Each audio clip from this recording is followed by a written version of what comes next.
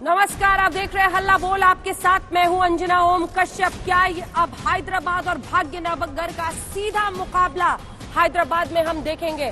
Hyderabad versus Bhagyanagar, क्योंकि जब दूसरी पार्टी के तौर पर बीजेपी यहां दक्षिण में उभरती है तो सवाल सीधा है कि क्या दक्षिण का तापमान चेक कर रही है राजनीतिक रूप से भारतीय जनता पार्टी, और क्या वो उसमें सफल होती हुई दिख रही है अगर वो 41 सीटों के साथ सीधे मुकाबले में आती है, जहां 43 सीटों के साथ असदुद्दीन ओवैसी है।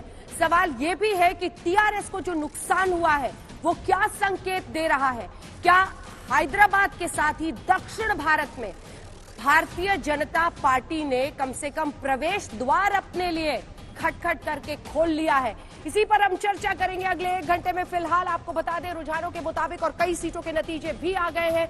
64 पर टीआरएस, बीजेपी 41 पर, 43 पर एआईएमआईएम यानी असदुद्दीन ओवैसी की पार्टी, और 2 सीटों पर कांग्रेस। क्या ये साफ संकेत है कि जो पहले 2.5% थे सीटों के हिसाब से, वो आज 26% से ज्यादा पहुंच गई है भारतीय जनता पार्टी, जब वो 41-150 में से लाती है?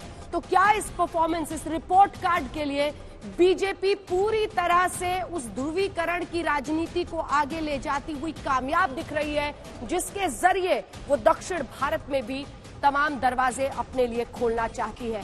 आपको दिखाते हैं किस तरह से चुनावी प्रचार हुआ था। आपने सुना था भाग्यनगर है, पुराने हैदराबाद में सर्जिकल स्ट्राइक कर देंगे। असदुद्दीन ओवैसी जिन्ना के अवतार है। ये हिंदू हृदय सम्राट नरेंद्र मोदी का काल है।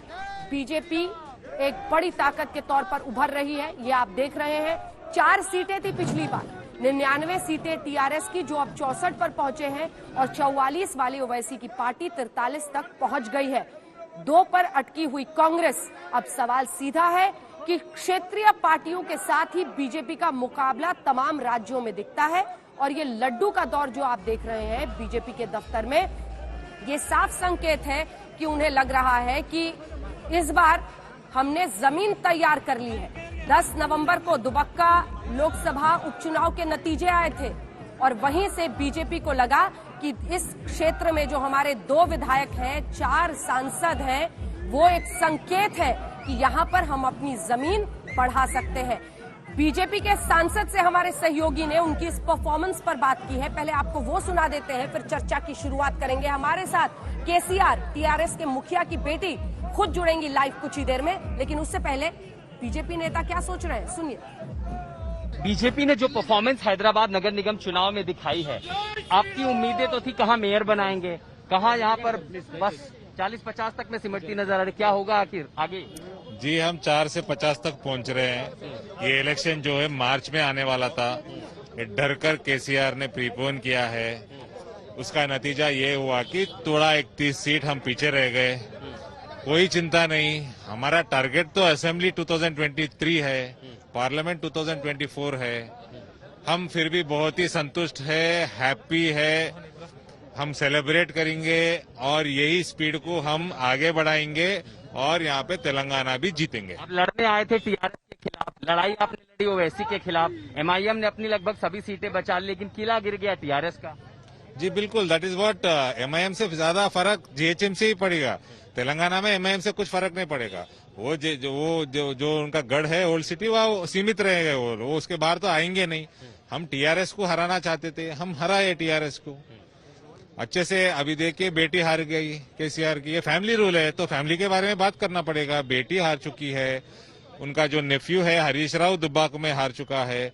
आज बेटे का उसका केटीआर जी का उनके पर्सनालिटी पे को भी डेंट हुआ है जीएचएमसी में। जो आईटी मिनिस्टर है, म्युनिसिपल मिनिस्टर है, जो बहुत अमेजॉन, एप्पल वो लेवल में रहते हैं, आकाश में उड़ते हैं, उनको जमीन पे लाए जीएचएमसी के लोग।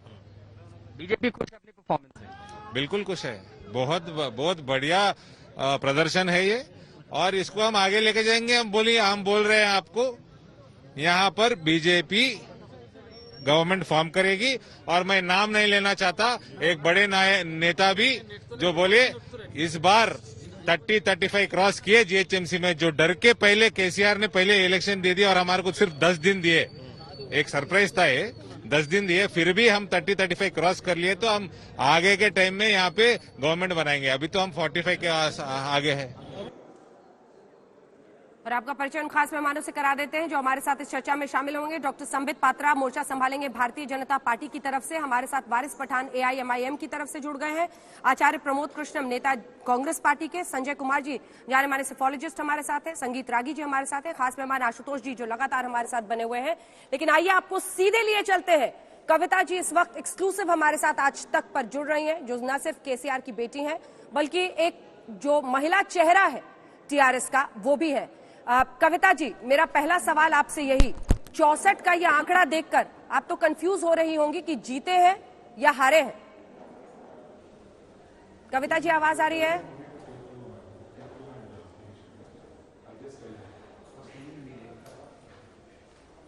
कविता जी क्या आपको आवाज आ रही है मेरी? चलिए फिर से उनके पास चलेंगे, जल्दी से चलते हैं डॉक्टर संबित पात्रा की तरफ। एक एक रिएक्शन जल्दी तमाम मेहमानों से लेते हैं। डॉक्टर पात्रा, सुबह में 88 के करीब थे जब पहली बातचीत आपसे टीवी पर हुई और अब आप 41 पर आ गए हैं। मुकाबला है, लेकिन हैदराबाद काफी आगे निकल गया है भाग्यनगर से, ऐसा लग रहा है। देखिए, उस समय भी जिस शब्द का मैंने प्रयोग किया था वो था संयम, और अभी भी जिस शब्द का मैं प्रयोग कर रहा हूं वो है संयम। संयम और परिश्रम, ये दो ऐसे शब्द हैं जिसको भारतीय जनता पार्टी ने आत्मसात किया है, और उसका नतीजा जो अभी हमारे सांसद कह रहे थे वो 2023 के चुनावों में देखने को मिलेगा। संयम के साथ काम करना, परिश्रम के साथ काम करना, आगे की रणनीति को ध्यान में रखते हुए काम करना और मेहनत को आगे बढ़ाते हुए अपने सत्ता को वहां स्थापित करना, जनता के लिए विकास युक्त राजनीति करना, ये आप स्पष्ट रूप से देख रहे हैं। अभी आपने कविता जी का जिक्र किया, कविता जी का मैं भी सम्मान करता हूं, मगर मैं बताना चाहूंगा, आपने भी अपने इंट्रोडक्शन में कहा कि ये KCR जी की बेटी हैं। देखिए, ये जो तेलंगाना में आप जाके वहां लोगों से ग्राउंड में बात करिए, वहां फैमिली एंड फ्रेंड का एक कंसेप्ट चलता है। आज ये चुनाव हम डिस्कशन कर रहे हैं, हैशटैग क्या चल रहा है? GHMC अर्थात greater Hyderabad municipal corporation election. मगर आप वहां हैदराबाद में पूछिए, लोग कहेंगे ये FFMC प्राइवेट लिमिटेड बन चुका है, अर्थात फैमिली फ्रेंड प्राइवेट लिमिटेड। ये जो फैमिली है अर्थात KCR, KTR, आदरणीय कविता जी और उनके परिवार के लोग, हरीश जी जो कविता जी के पति हैं, चाहे उनके नेफ्यू जो अभी दुब्बक से हारे, केवल परिवार के लोग। और फ्रेंड कौन है? वो ओवैसी है। तो ये फैमिली और फ्रेंड ने मिलकर जिस प्रकार तेलंगाना में अपना कब्जा जमाया हुआ था, उस कब्जे में कहीं ना कहीं एक ढिलाई आई है और 2023 के लिए भारतीय जनता पार्टी अपनी सरकार बनाएगी, ये बहुत बड़े रूप से आज दिख रहा है। मेयर आपका नहीं बनेगा, मेयर आपकी नहीं बनेगी इसमें कि हाँ, इस बार महिला मेयर का वक्त है, रिजर्वेशन है महिला मेयर के लिए, तो आपने सही उसको कह दिया कि मेयर बनेगी। देखिए, मेयर किसका बनता है किसका नहीं बनता है वो तो वक्त बताएगा, मगर एक इंटरेस्टिंग कोण इस मेयर के युद्ध में होगा। आपको याद होगा जब आदरणीय अमित शाह जी ने प्रेस कॉन्फ्रेंस किया था तो उन्होंने एक शब्द प्रयोग किया था, एक फ्रेज प्रयोग किया था कि कमरे के अंदर ईलू ईलू करते हैं ये KCR जी की TRS पार्टी और ओवैसी जी की MIM पार्टी। अब ये देखना है कि मेयर के सिलेक्शन में, क्योंकि स्पष्ट बहुमत पूरी तरह से दिख नहीं रहा है, कहीं ना कहीं जो इलेक्टोरल सिस्टम है मेयर बनाने के लिए, जिसमें MP भी वोट करेंगे, MLA भी वोट करेंगे, क्या ये इलू इलू बाहर में आके निकाहनामा में परिवर्तित होगा या ये कमरे के अंदर ही इलू इलू करते रहेंगे, ये देखने वाला विषय। संजय जी एक छोटा रिएक्शन दे रहे हैं, उसके बाद वारिस पठान जी मैं फौरन आपके पास आ रही हूं। नहीं, संबित पात्रा जी, जिस इलेक्टोरल कॉलेज की आप बात कर रहे हैं, अगर 63 सीट भी TRS को आ गई तो उस इलेक्टोरल कॉलेज की बदौलत वो जीत जाएंगे, उनका मेयर की सीट मिल जाएगी। 17 उनके MLA हैं, 17 उनके MLC हैं, 2 MP हैं, तो कुल मिला के 98 वोटों की जरूरत है। 195 इलेक्टोरल कॉलेज में है, और अगर इनको 63 आ गए तो मेयर जीत सकते हैं, वो मेयर बना सकते हैं। तो संबित जी से ज्यादा आप वारिस जी को मायूस कर रहे हैं, उन्हें लगा था वो मेयर मेकर बन गए। नहीं, मैं तो किसी को मायूस या खुश करने के लिए नहीं कह रहा था, मैं तो बिल्कुल जो स्पष्ट आंकड़े हमारे सामने हैं, जो तथ्य है, मैं उसी को वही बता रहा था अपने दर्शकों के लिए। हाँ, वारिस पठान जी, मेयर मेकर भी आप नहीं बन पाएंगे, लेकिन सवाल यही है कि खुलकर इजहार हो जाएगा क्या? यही वजह थी ना कि आप लोग सिर्फ 51 सीटों पर चल रहे थे। पश्चिम बंगाल, बिहार, उत्तर प्रदेश, सब जगह लड़ना है, और अपने ही हैदराबाद शहर में ओवैसी साहब 51 सीटों पर ही लड़ रहे थे, क्योंकि TRS के साथ वो अंदर वाला मामला है, अंदर की बात। अंजना जी, सबसे पहले तो मैं आपको बताना चलूं, आज सुबह में आपने याद किया वारिस पठान आते रही मैं आपके सामने हाजिर हो गया हूँ। बहुत बहुत मैं धन्यवाद करता हूँ पूरी हैदराबाद की जनता का।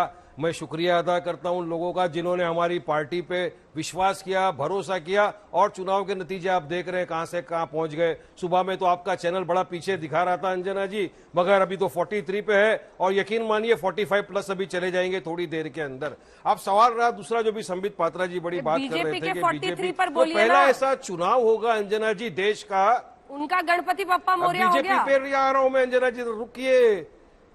अरे कुछ नहीं है, अभी देखिए आगे आगे क्या क्या होगा अंजना जी।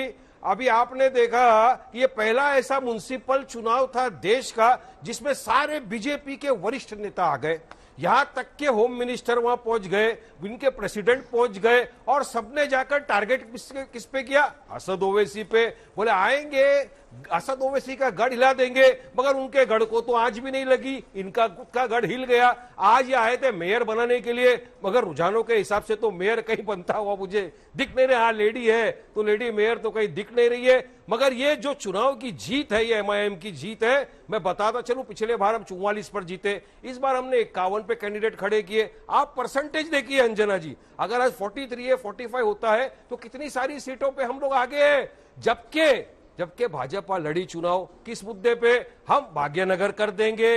किस मुद्दे पे? अगर हम जीत के आए तो सर्जिकल स्ट्राइक कर देंगे। मगर हमारा मुद्दा एक ही था, डेवलपमेंट, विकास और लोगों का काम करना, जो इतने वर्षों में हमने किया और लोगों ने आज उसका नतीजा दिया। मैं शुक्रगुजार हूं पूरे हैदराबाद की जनता का कि जिन्होंने ओवैसी ब्रदर के ऊपर विश्वास अपना रखा और इतनी भारी अक्सरियतों के साथ हम जीतते चले जा रहे हैं। ये 43 पर रुका नहीं है अंजना जी, ये आधे पौने घंटे में आपको 45 भी दिखेगा, क्योंकि पब्लिक हैरान हो गई है। अब पब्लिक को रेटरिक्स और जुमले नहीं चाहिए, पब्लिक को काम चाहिए, विकास चाहिए। अभी हैदराबाद में फ्लड आया था अंजना जी, हैदराबाद का नाम नहीं बदलेगा, रेटरिक था या बहुत बड़ा मुद्दा था इस बार के चुनाव का?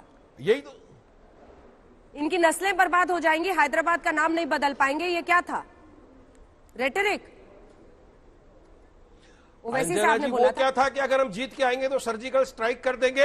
अरे सर्जिकल स्ट्राइक तो हम हमारे दुश्मनों के मुल्क पे जाके करते हैं, ये तो हमारा भारत महान देश है। या हमारे नागरिकों के ऊपर सर्जिकल स्ट्राइक की बात किया, लोगों ने जवाब दे दिया इन लोगों को। यहां पर आए बोले भाग्यनगर कर देंगे, हमारा मेयर बनेगा, लोगों ने जवाब दे दिया इनको।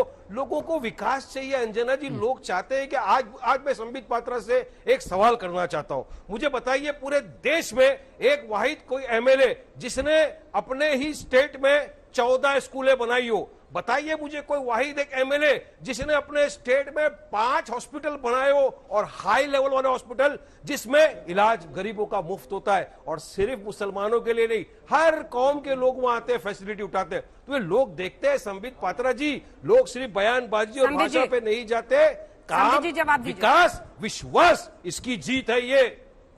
संबित जी आवाज आ रही है? संबित जी को आवाज नहीं आ रही है। जल्दी से एक कमेंट प्रमोद कृष्णम जी से ले लेते हैं, फिर यहाँ पर बातचीत करेंगे। प्रमोद कृष्णम जी, फिर वही मुहावरा बोलूंगी जो सुबह से हम लोग बोल रहे हैं और जो आप में नाराजगी लाएगा, लेकिन 2 आउट ऑफ 150 ऐसा स्कोर करने पर क्या सीख मिलती है? अंजना जी, सीख ये मिलती है कि इस देश के अंदर सियासत का जो आधार था वो विकास, सद्भावना, शख्सियत, आइडियोलॉजी, विचारधारा, ये सब हुआ करता था, लेकिन अब वो सब खत्म होता जा रहा है। और अब इस देश में एक नई सियासत शुरू हो चुकी है और सवाल ये है कि बीजेपी वहाँ जीती है। मैं संबित पात्रा जी को बधाई देना चाहता हूँ। और ये जो बीजेपी की जीत है, ये किसी उसूलों पर नहीं है, ये सिर्फ हिंदुत्व के नाम पर है। और हिंदुत्व के नाम पर जीत होना दक्षिण भारत में, ये दर्शाता है कि दक्षिण भारत में अगली राजनीति हिंदुत्व के इर्द गिर्द घूमेगी। और अब वो इतना हिंदुत्व से, अरे मेरी बात पूरी तो होने दो भाई, ये क्या है अंजना जी? ठीक है, पूरा करने दीजिए उनको, फिर जवाब दीजिएगा। मेरी बात तो पूरी होने दो।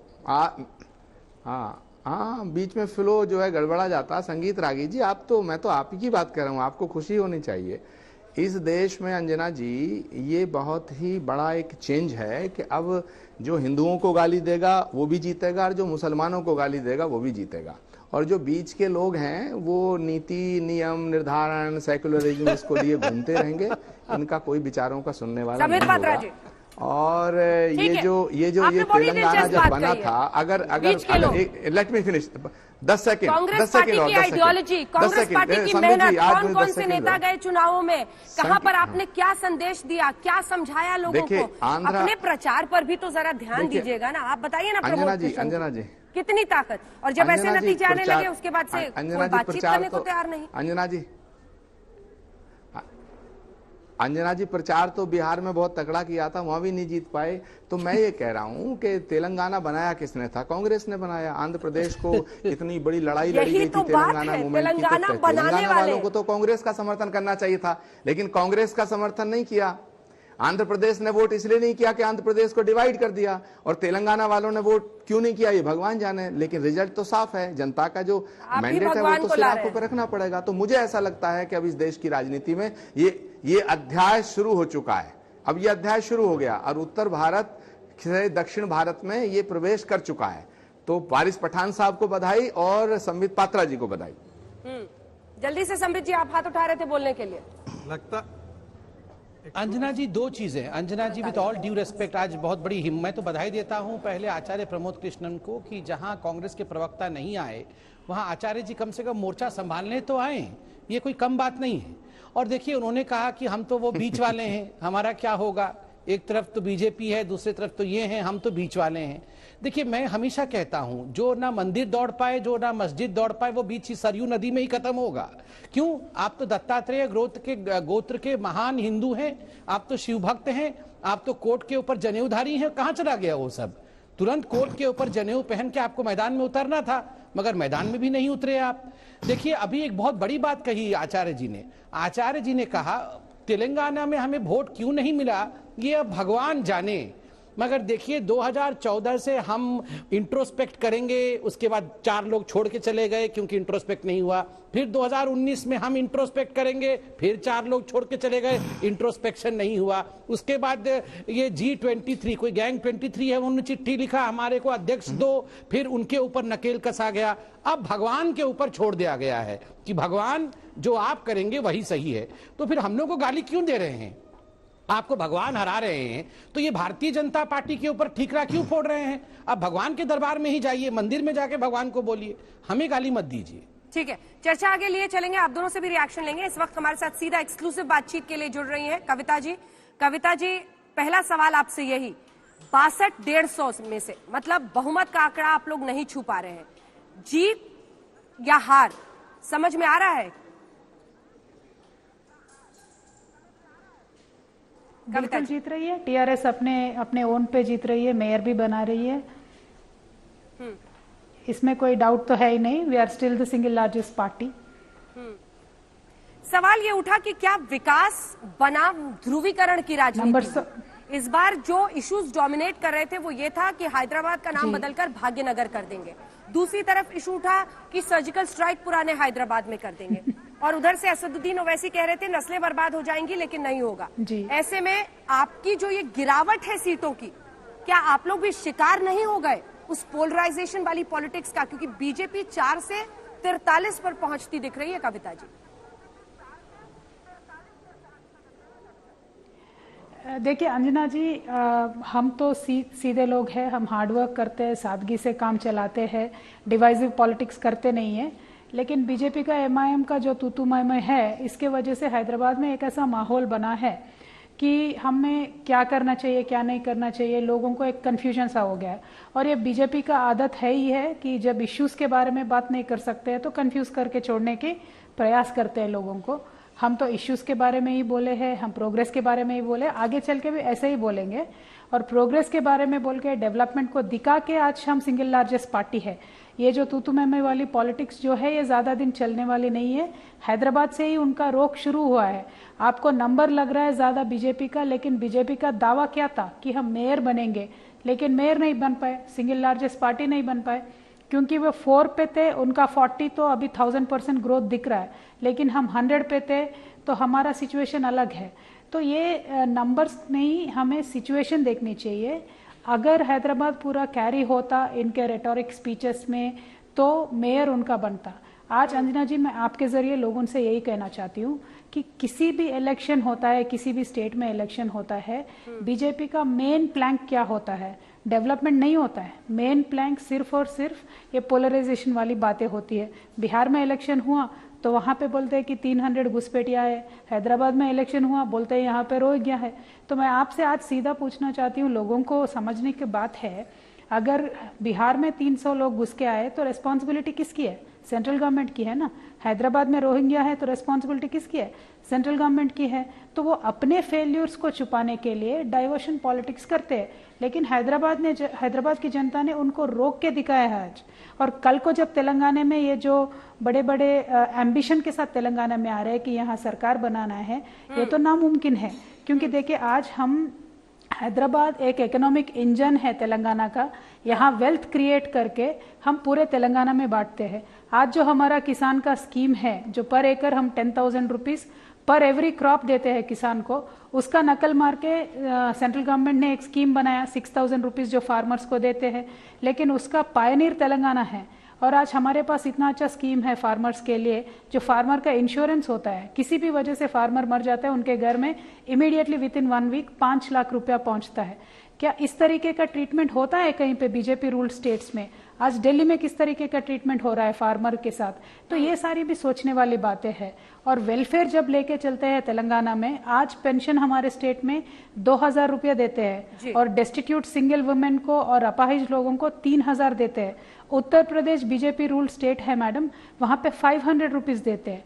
तो मैं आपको अंतर एक बताना चाहती हूँ कि performing government versus non performing government की कैसा अंतर होता है। और यही योगी जी हमारे पास आके बोलते हैं कि हैदराबाद का नाम भाग्यनगर करना चाहिए, तो लोगों ने रिजेक्ट किया है इनका आर्गुमेंट। इनके चाहे थोड़े नंबर बड़े होंगे, इसके अनेक कारण। मैं क्या बोलती हूँ, नाम नहीं, काम बदलना चाहिए, तरीका बदलना चाहिए, तरक्की होनी चाहिए, लोगों के लाइफ स्टैंडर्ड बदलनी चाहिए, बच्चों को जॉब्स मिलने चाहिए, पीस होनी चाहिए। इन सारे मुद्दों पे इलेक्शन चलना चाहिए। लेकिन अगर नाम बदल के देखिए, इलाहाबाद का आज नाम बदला है उन्होंने प्रयागराज करके, तो वहां पे एक्चुअली बदलाव क्या हुआ है मुझे ये बताइए। एक्चुअली सड़कें बदली है क्या? वहां पे लाइफस्टाइल बदला है क्या? ये इंपॉर्टेंट चीज है। और कहीं ना कहीं बीजेपी के रिटोरिक पॉलिटिक्स को रोक लगना चाहिए। ये हैदराबाद से ही शुरू हुआ, ये बताने के लिए मैं बेहद खुश हूँ। लेकिन कविता जी, 43 सीटें एक इशारा तो कर रही हैं कि दरवाजे में उन्होंने पैर अटका दिया है, वहां से एंट्री होगी। जब बाईपोल्स में दुबक में वो जीते, उसके बाद से 10 नवंबर के उन नतीजों ने उनको उत्साहित किया। पूरी ताकत झोंकी बीजेपी अध्यक्ष जेपी नड्डा से लेकर योगी आदित्यनाथ और खुद अमित शाह पहुंचे। क्या दरवाजा उन्होंने अटका दिया है दक्षिण भारत के लिए? इस टेम्पलेट को वो यूज करेंगे अब दक्षिण भारत में? मैम, कितनी दर्दनाक बात है। दिल्ली में किसान को आने नहीं देते हो और सारे वरिष्ठ नेता हैदराबाद के म्युनिसिपल इलेक्शन में कैंपेन करने के लिए हैदराबाद पहुंच जाते। इनकी प्रायोरिटी क्या है मैम, ये सोचने वाली बात है। अगर दक्षिण भारत में आपको आना है, दक्षिण भारत में आपको बीजेपी का झंडा लहराने का इरादा है, तो डेवलपमेंट के बारे में बोलिए। यहाँ का पॉलिटिक्स अलग है मैम। यहाँ की जनता डेवलपमेंट देखती है, यहाँ की जनता चाहती है कि परफॉर्म करे, वादा करके। जुमलेबाजी नहीं चलेगी यहाँ पे। 15 लाख रुपया बोला था देंगे, कहाँ मिला है मैम, किसको मिला है? इस पर भी उनका क्लेम है, सवाल पूछेंगे ना जब बीजेपी यहाँ पे आएगी। जी, इस पर भी उनका क्लेम है कि साइबराबाद हैदराबाद तब रोशन हुआ जब उन्होंने यहाँ पर, वहां चंद्रबाबू नायडू की सरकार थी और केंद्र में बीजेपी। उनका कहना है कि आज हैदराबाद की सड़कों से लेकर तमाम जितने भी वहां पर एक साइबराबाद जो वो बना, उसमें एक ढलान आ रहा है। वो कहते हैं कि हम वापस उसको वहीं पर उसी ग्लोरी ऑफ जिसे कहते हैं प्रोग्रेस बनाएंगे। मैम, ऑलरेडी प्रोग्रेस हुआ राज्य में, अब क्या बदलाव लाओगे? मैं कहती हूँ हैदराबाद में अभी कोरोना हुआ है, हैदराबाद में अभी अनफॉर्चुनेटली 100 ईयर्स में एक बार आने वाला फ्लड आया है। तो फ्लड के टाइम पे क्या आप हमारे साथ थे? आप हैदराबाद को सुंदर बनाना अलग बात है, जब क्राइसिस था हैदराबाद में आप हमारे साथ थे। यही अमित शाह जी के मिनिस्ट्री से, होम मिनिस्ट्री से 6 और राज्यों को पैसा गया है, किसी ने पैसा एक भी पूछा नहीं। हमारे राज्य से हमारे मुख्यमंत्री जी ने 1300 करोड़ पूछा है, लेकिन एक भी पैसा हमारे पास नहीं आया। जब हम क्राइसिस में है, बीजेपी हमारे साथ नहीं चलती है, हमारे जनता के साथ नहीं चलती है, अभी आके वोट पूछते हैं, तो आप क्या सुंदर बनाओगे? जब हालत खराब है तब तो हाथ पकड़ के चलना चाहिए। तो ये राजनीति में मैम जो लोगों के साथ है क्राइसिस के टाइम पे, उनके साथ लोग बराबर रहेंगे। आज टीआरएस के साथ लोग हैं क्योंकि क्राइसिस के साथ हम उनके साथ है। कोरोना का टाइम था मैम, अलग अलग राज्यों से हमारे यहाँ लाखों लोग काम करते हैं। हमने हैदराबाद से मुफ्त में ट्रेन में बिठा के बहुत ज्यादा हमारे लोगों को हमने भिजाया है। हमने उनको हमारे प्रगति का पार्टनर बताया है। माइग्रेंट लेबर को क्या बीजेपी के किसी स्टेट ने किया है? फ्री में ट्रेन दिया है? क्या केंद्र सरकार ने फ्री में किसी माइग्रेंट लेबर को ट्रेन दिया है? हजारों मील चल के गए मैम, उनके पैरों में इतने इतने बबल्स आ गए थे।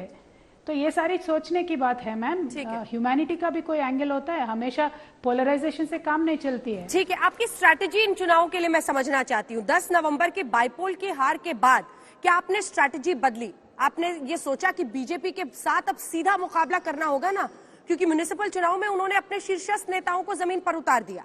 आप लोगों ने पोस्ट 10 नवंबर क्या स्ट्रैटेजी अपनाई? क्योंकि ये देखिए, ये 30 सीटों का नुकसान सीधा दिख रहा है। 99 थे आप पिछली बार, तो समझ लीजिए 37 सीटों के आसपास का।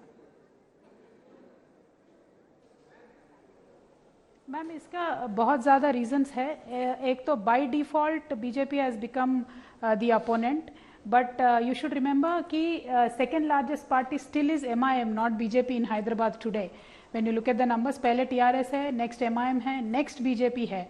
अभी तो ऐसा बराबर हालत चल है। रहा है। लेकिन कांग्रेस पार्टी का जो अनटाइमली डेथ हो गया, जी मैम अभी बराबर चल रहा है, but MIM was the largest till I saw the number last time. Anyway, Congress का जो डेथ है, बिल्कुल कांग्रेस का डेसिमेशन जो है हैदराबाद में, उसके वजह से बाय डिफॉल्ट बीजेपी को थोड़ा स्पेस मिला है। बट दैट डजंट मीन कि वो हमारे वोट बैंक आ जाएंगे। कल को जब पूरे तेलंगाना के लेवल पे इनके जो ख्वाब है वो तो बराबर हम क्रश करके छोड़ेंगे। हमने बहुत काम किया हमारे लोगों के लिए, हमारे लोग भी हमारे साथ खड़े रहेंगे। और बीजेपी के जितने भी ये कैंपेन है, हंगामा है, जुमले है, झूठ बोलने की जो आदत है मैम, इसको हैदराबाद की जनता ने आज रोक लगाया है।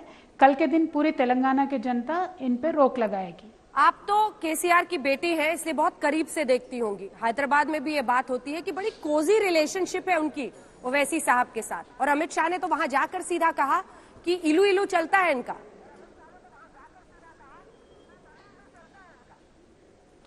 मैम देखिए, किसका किसके साथ रिलेशन है आज देश भर की जनता जानती है। मैं ज्यादा इस पे बोलना नहीं चाहती हूँ, क्योंकि MIM एक बात फ्लोट करती है, उसको बीजेपी एग्रीवेट करती है।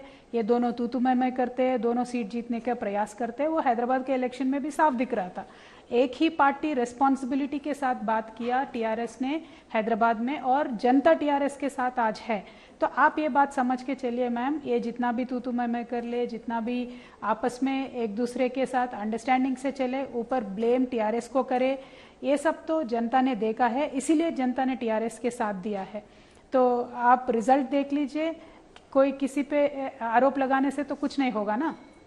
बीजेपी के कार्यकर्ताओं में तो नई ऊर्जा आएगी। ये अगर 43 और 43 का ये आंकड़ा आ रहा है, तो इसका अर्थ आप समझ रही हैं कि कविता जी, इसका अर्थ ये है कि जब भी वो फुल फ्लेजेड इलेक्शन कैंपेन अपने शीर्षस्थ नेताओं के साथ करते हैं, जिसमें JP नड्डा, योगी आदित्यनाथ और साथ ही अमित शाह उतरते हैं, तो उनको नतीजे भी मिलते हैं।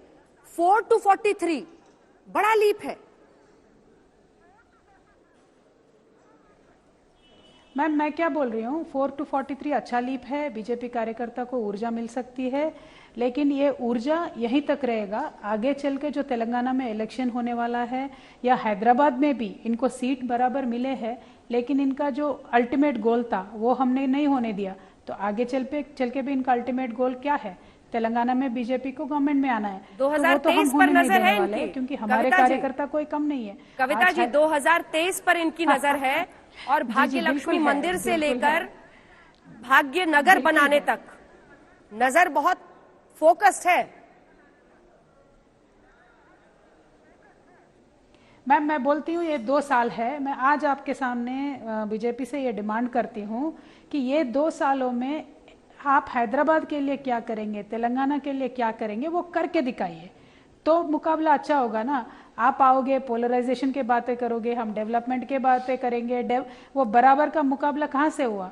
तो आप इश्यू पे बात करिए। इश्यू बात नहीं करते हैं, कुछ भी जुमलाबाजी करते हैं, गुमराह करने की कोशिश करते हैं, तो ऐसा तो टक्कर अच्छा नहीं है ना। तो मैं क्या बोलती हूँ, fight should be between equals, fight should be fair. अगर फेयर होना है तो let them also talk about progress, let them also talk about development, then fight में अच्छा रहेगा।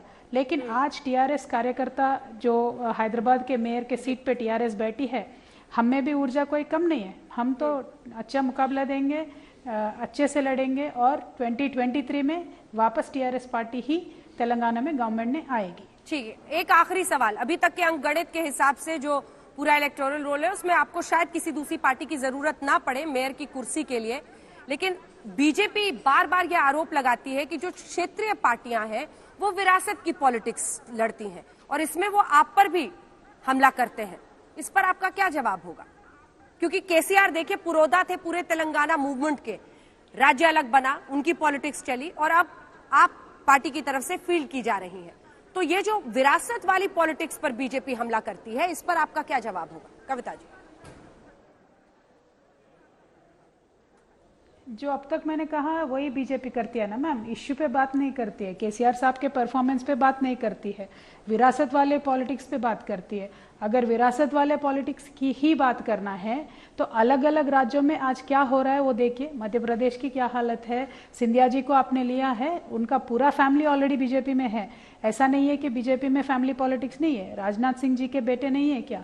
ऐसे हजारों का लिस्ट है, पूरे बीजेपी का गली लीडर से लेके दिल्ली लीडर तक बात करेंगे तो बीजेपी में भी फैमिली पॉलिटिक्स है।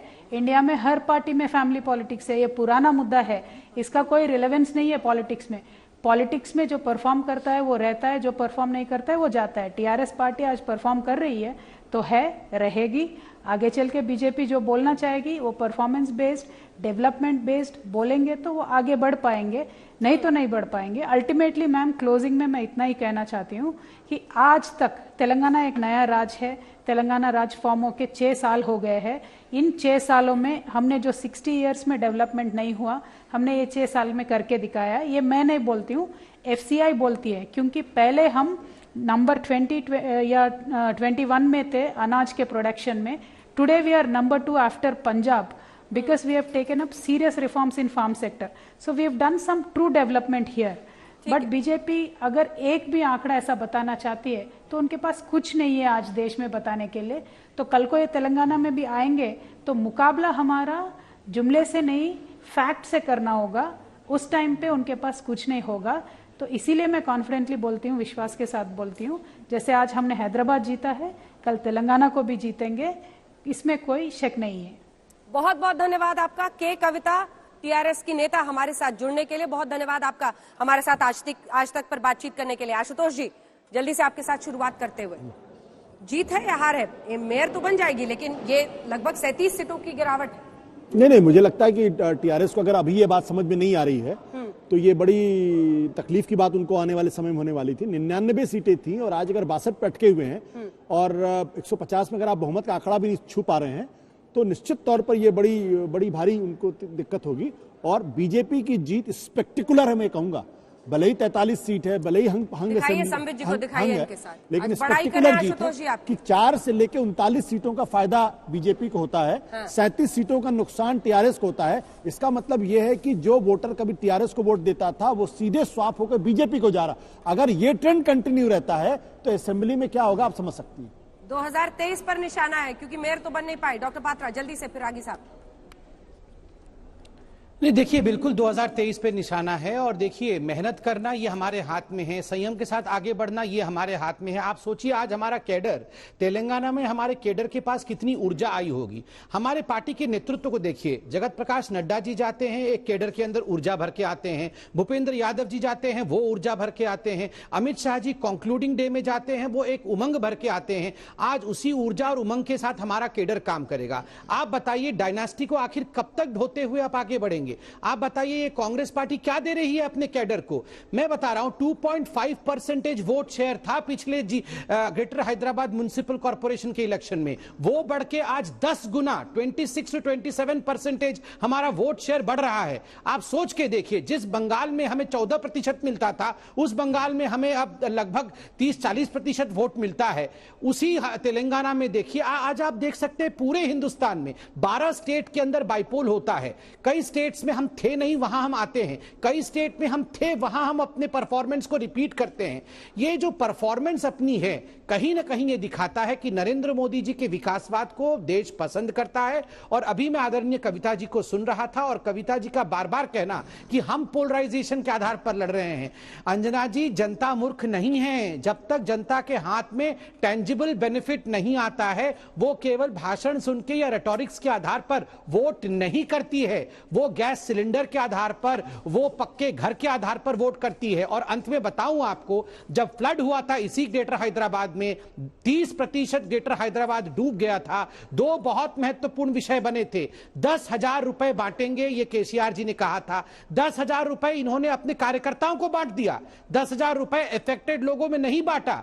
वर्ल्ड सिटी के अंदर 10,000 रुपए बांटे। धर्म के आधार पर इसमें डिफरेंशिएट किया गया, इसीलिए ये आज बढ़ोतरी आप बीजेपी की देख रहे हैं। दूसरा, डबल बेडरूम देंगे, 1,28,000, केवल 1,100 डबल बेडरूम दिया गया, और इसी कारण से आज हम इनका पतन देख रहे हैं। वारिस जी, ये बराबर बराबर चल के कैसा लग रहा है? 43 बराबर तो हमको बिहार, बंगाल, यूपी, अभी तो 45 सब तक जगह जाएंगे, पे लड़ेंगे। उससे भी ऊपर और जा हैदराबाद सकते में ये हैं। हाल हो गया। बिल्कुल, आपने बिहार तो बिहार आपने देखा हम कितनी सीट पर लड़े हैदराबाद में अंजना जी, 51 पे। उसमें भी अभी 43 तो हम ऑलरेडी जीत चुके हैं, और आप देखिए आप 2-4 सीट और हमारी आगे आने की हमको क्षमता है। बाकी सीटें टीआरएस के लिए छोड़ते हैं क्या? बता दीजिए ना खुलकर। फ्लड का जिक्र किया, रिश्ता क्या कहलाता है, बता दीजिए ना सर। देखिए, पब्लिक जो है हैदराबाद की, देखिए अंजना जी, रिश्ता कुछ नहीं होता है। जनता से हमारा रिश्ता जुड़ा हुआ है। हम जनता हमको चुन के लाती है, हम जनता का काम करते हैं, और जनता बड़ी श्रूड है, दिमाग वाली है, समझदार है। जनता उसी को वोट देगी जो उसका काम करेगा। मैंने पहले भी सवाल किया, बताइए कितने लोगों ने इतनी 14 स्कूल बना दिए हैदराबाद में? बताइए कोई ऐसी पार्टी जिसने 5 हॉस्पिटल ऐसे बनाए हो जहां पे गरीबों का मुफ्त इलाज हो रहा हो, जात पात देखे बिना। बताइए अभी जो लॉकडाउन चला उसमें कितने बीजेपी के लीडरों ने आके वहां पर लोगों के घर घर जाके अनाज राशन बांटे। मगर मैं आपको बता सकता हूं कि अकबर ओवैसी और असद ओवैसी ने और हमारे तमाम लोगों ने जाके घर घरों में राशन बांटे। अंजना जी, लोग ये भूलते नहीं है। आज इतनी सारी जो स्कूलें चल रही है, वो सारे बच्चे हैं, उनके माँ बाप ये सब देख रहे हैं। तो ये मोहब्बत है, ये रिश्ता हमारा लोगों के साथ जुड़ा हुआ है। हम जमीनी लोग हैं, our work is our identity. हम खाली स्पीच देके शहर का नाम बदलने को विकास नहीं बोलते। शहर का नाम बदलने से विकास नहीं होगा। विकास होगा जब आप लोगों को प्रॉपर फैसिलिटीज दोगे। ठीक है, आशुतोष जी एक सवाल पूछ रहे हैं। वारिस पठान जी, मेरा सवाल आपसे यह है कि मैं आपकी जो अभी बातचीत आपने की, बड़ी अच्छी बातचीत की। मुझे लगता है कि जिस विकास की बात आप कर रहे हैं, लोगों के दुख दर्द की बात कर रहे हैं, हॉस्पिटल स्कूल बनाने की बात कर रहे हैं, तो वो पूरे तेलंगाना के 119 विधानसभाओं में भी करनी चाहिए ना आपको। 119 विधानसभा में भी आप चुनाव नहीं लड़ते हैं, आप वार्ड लेवल पे भी सिर्फ 51 में लड़ते हैं, तो क्या 150 कम से कम वार्ड लेवल पे जाके चुनाव लड़िए ना। देखिए सर, ये तो पार्टी डिसाइड करती है ना। अब तो बिहार के अंदर सिर्फ सीमांचल में लड़े, आप बोल रहे हो कि पूरे बिहार में क्यों नहीं लड़े? हम ईमानदारी से तो बात सीट पे लड़े, तो आप बोलोगे 25 सीटों पे क्यों नहीं लड़े? अब ये उसमें भी आपको दिक्कत है। कहां से लड़ना, कहां से नहीं लड़ना? अब अंजना जी, क्या मुझे मैं आपके दुख दर्द को समझ रहा हूं कि आप लोगों के दुख दर्द में शरीक होना चाहते हैं। आज हमारे 150 की 50 वार्ड में क्यों नहीं लड़ते आप? आप सोचिए ना, 150 वार्ड में आज ढोल पीट रहे होते आपके कार्यकर्ता। आपका मेयर होता। कांग्रेस से लड़ी ना 150 सीट के ऊपर, क्या हालत हो गई? आचार्य जी बैठे हुए, उनको पूछ लीजिए। भाजपा लड़ी 150 सीट के ऊपर, क्या हालत? वही हालत हो जाती है। अंजना जी, पार्टी सोच समझ के फैसला करती है और लड़ती है। आपके बोलने से 60 सीट पे 70 सीट पे तो नहीं लड़ी। उन्होंने 5 हिंदुओं को उम्मीदवार बनाया, बीजेपी ने 1 मुस्लिम को उम्मीदवार नहीं बनाया। ये क्या कहता है? सुन तो लीजिए। और एक हमारी हिंदू बहन जीत गई। आपको सुना है त्यागी जी, हमारी एक हिंदू बहन जीत भी गई है। अभी तक पार्टी है, मुसलमानों के लिए है, और यदि भारतीय जनता पार्टी को यदि जिन्ना का आरोप लगाया गया और वहां की जनता ने यदि भारतीय जनता पार्टी को इतना मैंडेट ऐसा दिया, तो यह भी एक अपने आप में इस बात को प्रमाणित करता है कि भारतीय जनता पार्टी ने असदुद्दीन ओवैसी के खिलाफ जो ये आरोप लगाया था कि वो आधुनिक जिन्ना बनने की कोशिश कर रहे हैं, जनता ने इस चीज को एक्सेप्ट किया है और अपने आप में ये प्रमाणित करता है कि आप सिर्फ मुस्लिम बहुत सीटों पर ही लड़ रहे हैं। आपको लोग तेलंगाना में या हैदराबाद के अंदर आपको मुस्लिम बहुल क्षेत्र से बाहर आपको कोई भी एक्सेप्ट नहीं कर रहा है। अरे भाई साहब, संजय जी इस पर एक रिएक्शन दे रहे हैं, उसके बाद आप बोलिएगा। संजय वहाँ पे सिर्फ 50% मुस्लिम थे। संगीत बार बार कह रहे थे कि हैदराबाद की जनता ने, एक सेकंड संजय जी, संगीत कह रहे थे हैदराबाद की जनता ने AIMIM को रिजेक्ट कर दिया है। अगर आप नतीजों को देखें तो मुझे नहीं लगता कि किसी भी आधार पर किसी भी तरह से इस बात को कहा जा सकता है, क्योंकि उन्होंने 51 सीटें पे चुनाव लड़े और 43 सीटें जीत के आ रहे हैं। ये जरूर है, ये आरोप लगा सकते हैं कि वो अपने ऐसे जगहों पर अपने उम्मीदवार को उतारते हैं जहां पे मुस्लिम बाहुल्य क्षेत्र हो, लेकिन कम से कम नतीजों को देख के नहीं कहा जा सकता कि हैदराबाद की जनता ने उनको नकार दिया है। 43 सीटें वो जीत कर आ रहे हैं। संजय जी, भाग्यनगर के लिए वकालत करनी थी ना, सुबह से कह रहे थे भाग्यनगर की जीत हो गई है। 10 सेकंड का मैं काउंटर आर्गुमेंट ये है मेरा कि देखिए, इस चुनाव के अंदर 2 मुद्दे बहुत इंपॉर्टेंट थे। एक तो कि जो पारिवारिक पार्टी है उसके खिलाफ एक प्रकार का बिगुल फूका था भारतीय जनता पार्टी ने, और दूसरी बात ये थी कि ओवैसी के गढ़ में जाकर के जो ओवैसी की जो रेडिकल इस्लामिस्ट पॉलिटिक्स था उसको चैलेंज करने की बात की गई थी। उसको चैलेंज वो नहीं कर पाए, वो 43 सीट जीत कर आ रहे हैं। मैं तो कह रहा हूँ वो वहीं तक सिमट गए। आप दोनों ध्यान रखिए, वो चैलेंज जरूर कर रहे हैं। देखिए मैंने इसीलिए कहा कि उनको जीत के आ रहे हैं। नहीं 43 आउट ऑफ 51। मैं तो यही कह रहा हूँ कि 43 आउट ऑफ 150। मैंने यही कहा, गणित भी कर लीजिए। नहीं मैं बाहर तो निकल ही नहीं रहा। नहीं मैं तो वही कह रहा हूँ, समझ लीजिए। वारिस पठान जी जल्दी से, नहीं संजय जी, वारिस पठान जी जल्दी से। देखिए अंजना जी, ये बेबुनियाद इल्जाम है। अभी त्यागी जी ने कहा कि हम सिर्फ मुस्लिमों की पार्टी है। मैं बताना चाहता हूं कि इन 51 लोगों में 5 हमने हमारे हिंदू भाई बहनों को सीट दी थी, जिसमें से आज हमारी एक हिंदू बहन अभी तक जीत चुकी है। आगे भी हमारे पास जीत के अक्षण आ रहे हैं, हम जीतेंगे। तो ये हम पे इल्जाम लगाना कि अब हम बी टीम है, हम खाली मुस्लिम पार्टी है, सरासर गलत है। देश की 52% वक्त की बहुत कमी है। तो क्या दक्षिण में जगह बीजेपी का भाग्य कम से कम 43 सीटें अगर वो अपनी झोली में भर लेते हैं, 4 से 43 तक पहुंचना एक संकेत जरूर देखा जा सकता है। इसी पर आप हल्ला बोल में देख रहे थे, बहस देखते रहिए।